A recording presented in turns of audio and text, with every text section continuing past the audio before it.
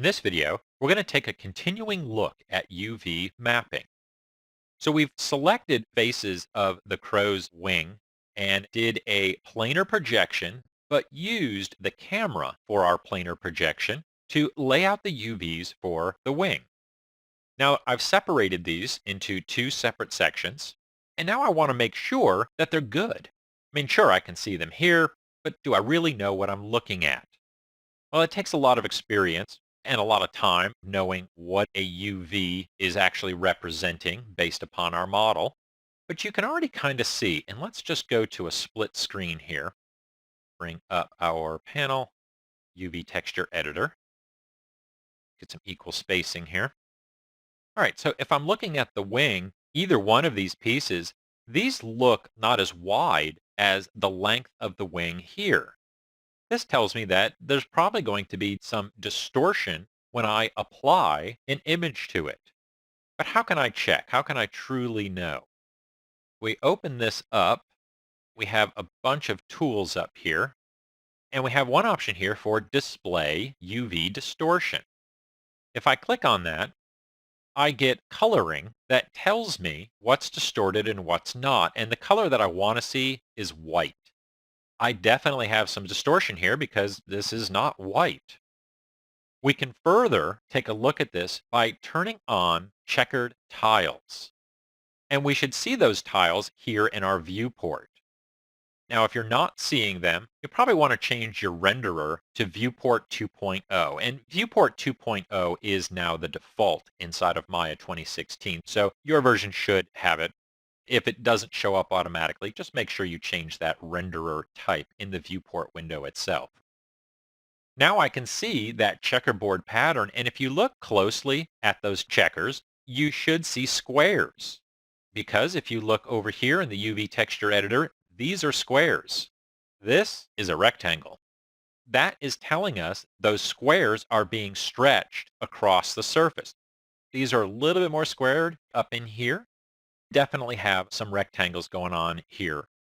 Might seem slight, it might seem trivial, but we can make this look a lot better. So what I'm going to do in order to clean this up is select the UV shell. We'll just do one at a time here, and I'll just go to UV, select all those UVs, and back up to my menu here. I want the Unfold UV tool, and that's this guy. So I'm going to click on it, and that automatically unfolded all of the UVs. Now, unfolding is a process where it analyzes the UVs against the local space of my geometry to try to make them match. And you can see it did a pretty good job. We now have nice looking squares here. But I didn't want this to happen on all of the pieces of my model, so I'm just going to undo that. And we have another unfold tool right here that will allow me to paint the unfolding process. And all of these tools are actually painting tools. So I can come in and use the brush just like we would inside any of our sculpting type tools. Then I can just paint across my model, and look at that. It cleans those up. Now the paint tool is really great if you just have specific areas. But again, I'm looking for the whole thing. I'm just going to undo that. Go to Polygons, Unfold, and open up the Unfold options. The option I want to turn off here is this guy right here, the pack. It takes all of my UVs and places them into that 0 to 1 texture space. I'm just focusing on this one section of the wing. So I'm going to turn pack off just by unchecking it, and then I can choose apply and close. And that automatically affects just the wing and cleans up those UVs so that now my texture looks correct and that checkerboard pattern is nice and square. Let's look at the back of the model. We've got the same issue here with this guy. I'm going to right click. We'll select the UVs. And now since I set that pack, I can then click my Unfold tool up here, and it will do its best to unfold it automatically. And you can see it goes all white. Select this guy here. I'm going to select the shell. Run Unfold on it. And now it's cleaned up nicely well. And so now we have white, which tells me that there's no distortion, And I've got two sections here that are nice, good wings. So we first needed to turn off that pack. We can then use the unfold selected UVs here. Now you'll notice too that that seemed to work better, a lot to do with the options inside of here. This is set to one iteration where I believe this one here just has a higher amount of iterations to it so that it gets to the end product quickly. You can just keep reapplying the tool and it will increasingly correct your UVs. But this one, a bit more efficient and gets right to the point. So we don't have to keep doing that. Let's take a look at how we would project UVs on another section. Let's look at something like the leg here. We're just going to frame that up. Planar projection is not going to work, but we'll go to UV and we'll do a cylindrical projection. And that wraps a cylinder around it, but obviously that leg is not a perfect cylinder. And you can see from the UVs, we'll move these out over here. That's pretty messy. But if we look at both at the same time, what we can do is grab this manipulator and change it so that it aligns better with the geometry, which will then help unfold these UVs over here.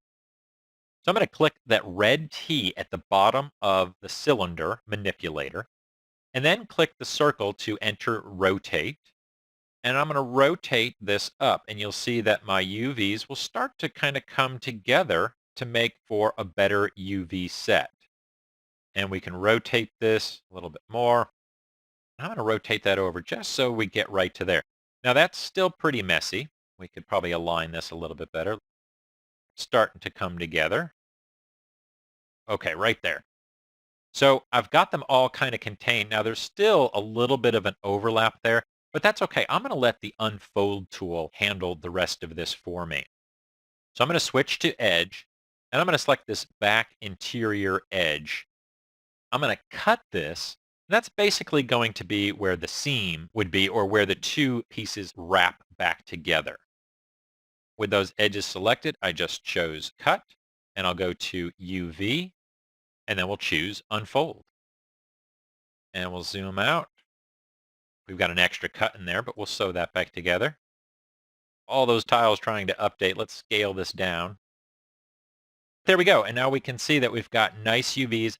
I didn't have to keep playing with that manipulator. Still a little stretching there though. So let's weld these UVs together here real quick. Now notice what happens when I click on a common edge. The other one highlights. So we'll just select those two there.